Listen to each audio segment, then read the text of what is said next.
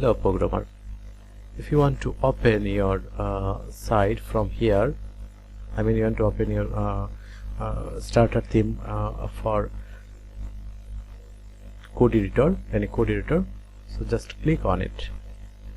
Okay, go to here, you can see app public WP admin content include. So WP content, we know everything about that. Okay, theme. Okay, here is your default theme, and here is your theme, starter theme. Okay, we can open it from here.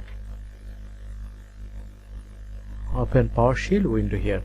Okay, just click on Shift, right click, mouse right click, and then you can see open PowerShell window here. Okay, after that right, just decode. Okay, decode, press enter.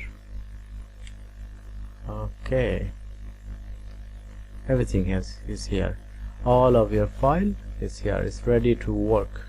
You can make template, WordPress template from here.